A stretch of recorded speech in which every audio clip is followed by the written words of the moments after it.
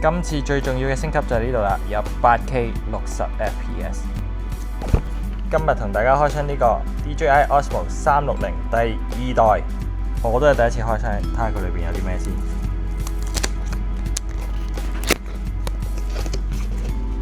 好，逐個攞出嚟先。呢個係個接頭啦，呢度有一支棍。重點嚟啦 ，DJI Osmo 360第2代，睇下先有咩更新先。8K 60 FPS 個樣呢係同第一代一樣嘅，有 AI 超級夜景 2.0 啦，個鏡頭蓋可以換啦。今次呢一代有105G 內存啦，智能成片 AI 剪片。咁呢個 set 裏邊呢就有一支棍、一個頭同埋一部機。咁我哋而家就開箱咗部機先。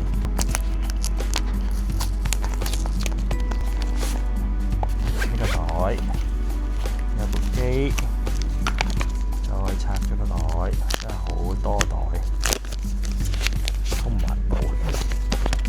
有個鏡頭蓋，咁呢個鏡頭蓋咧第2代嚟嘅，應該同第一代有少少唔同。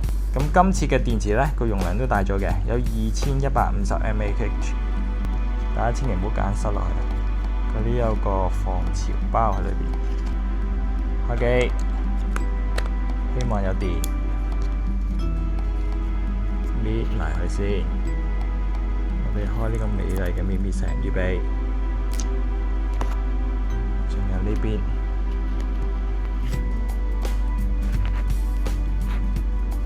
冇啦，開機。